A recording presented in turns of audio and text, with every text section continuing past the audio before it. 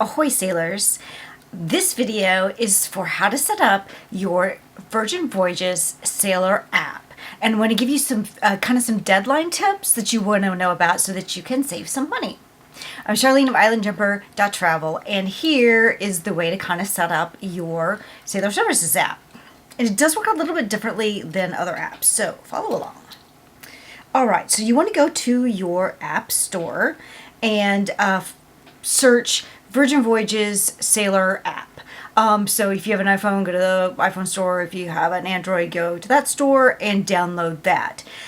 So once you have that downloaded, what you're going to want to do is get your passport, your vaccine card, and your credit card that you want to use for fees that you acquire on the ship, and have those ready, and then that will make really fast work of filling out your information. And so this is how you check in.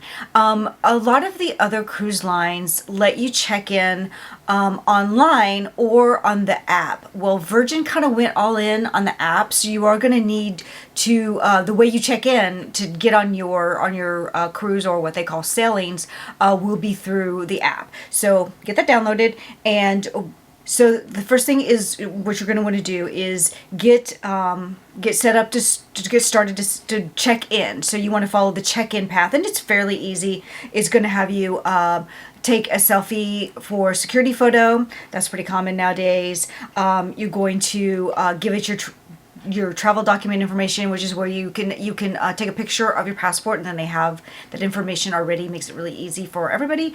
And also, the reason to have your vaccine card is I don't think they ask for a copy of the vaccine card, but they will ask you for all of the information, like what kind of vaccine did you take, what dates did you take the first and the second dose, and if you had a booster. So I don't remember that off the top of my head, so I have that on the vaccine card. And I know you will need to bring the passport and the vaccine card with you when you check in, so they can verify that the information is correct. If you don't have the actual card, because those are pretty easy to lose, you can go to, I know my state has a database that they've got all that information, so your state probably has that too, so you can use that as well. So get your travel documents all entered, and then your payment method. And as you can see from this little button up here, I have skipped that part because I'm getting a new credit card that has a bunch more travel benefits, so I'm waiting until I get that in order to fill out the payment method, but I will do that so that I can kind of get my travel points with that. So you can come back and fill in sections that you don't have the information for, and then fill out if you're pregnant, and if so, how far along. And then there's the contract, the agreement, and a lot of times those are just like, we can change ports if we have to, all that kind of stuff. So you might want to look that over if you've never sailed before. They have pretty much a lot of leeway. And then you've got an emergency contact. Always good to have that on file. You might be with your typical emergency contact because you're probably going on a vacation with somebody that you are close to, so you have someone else backed up on that. And then once you get on board, some interesting information, so get that filled out. So from here, when you go to the main page, once you get that filled out, you're going to see like how many days until your voyage, and then what your voyage information is, like Dominican days is what we're going on, so that one. And then you want to make sure that you pick out an arrival time slot, and pick out a time that you think you can actually get there. This is starting to become a lot more important to not just Virgin, but all of the cruises that we've been on post lockdown. They are trying to really control the number of people that come in, because there's a lot of things that need to be done. They have the extra paperwork they have to check, and plus you have to get through customs just the same as you always did. So you're going to want to pick a time that is as close to what you can actually arrive. And then there's a couple of cool things you can do.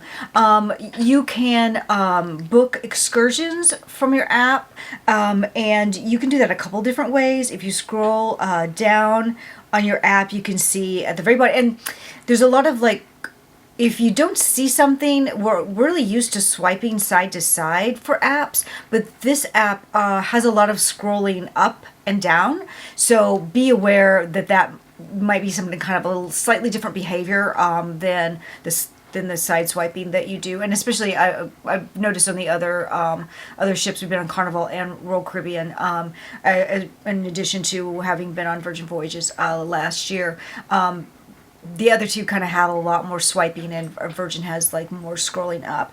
Now there's a couple different ways that you can book dining. You can do it from there, from that scrolling down on the main page, and then you can pick out your eateries.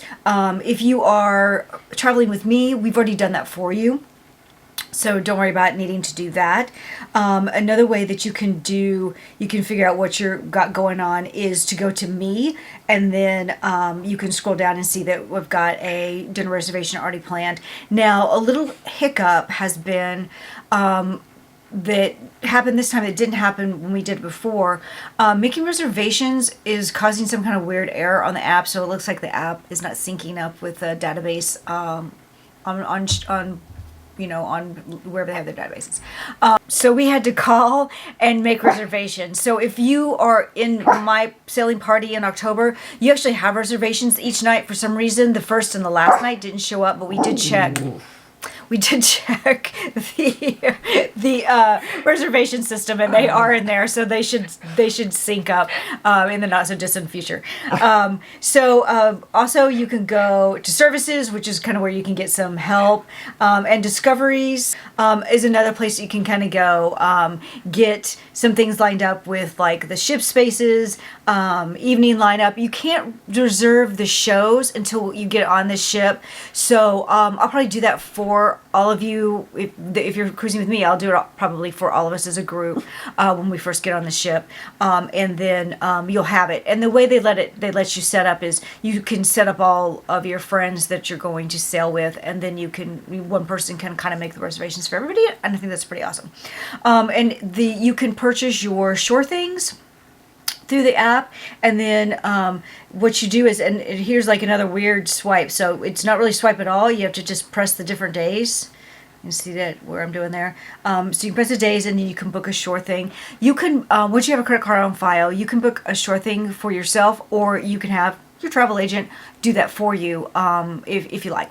And another thing that you might want to remember, so they have this thing called a bar tab, and I've explained this in other videos, but just the quick view is, so they don't have a drink package, but they do offer a bar tab, and if you buy it before the sailing, which is like 48 hours before you sail, if you have purchased the bar tab, then they tend to add $50 extra to the $300 increments that you have to buy it in.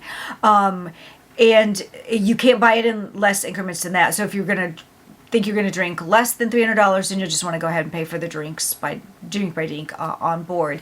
But to get that extra bonus, you will need to do it with 48 hours before the ship sails, because that's kind of the deal. So everything kind of locks down 48 hours before. You kind of can't do really much. I'm not even sure you can do a dinner reservation. Everything kind of locks down, and they're building that manifesto. So if you wait if you're in that 48-hour gap before you set sail, then you're probably going to need to wait until you actually get on board to like finish all the reservations and things that you need to do. So if you have any questions, let me know. If you're not in my sailing group, and you have questions, I'll put them below, and I'll try to get to them as soon as I can. Again, if you are looking for something and you can't find it, try scrolling up. They may have things below, and you probably are. You can go on the website to investigate the shore things, but you can purchase them through the app. So the app is kind of critical to what you're going to do, and it'll also have your schedule. So if you've got things that you have booked as things you want to do, like shows and different events, the app will warn you like 30 minutes before that event starts. So it's really good to have those, kind of reminds you, and you don't get lost and forget dinner, because you would never want to do that. Until next time, live your truth and live well, and let me know if you have any questions. Talk to you later. Bye.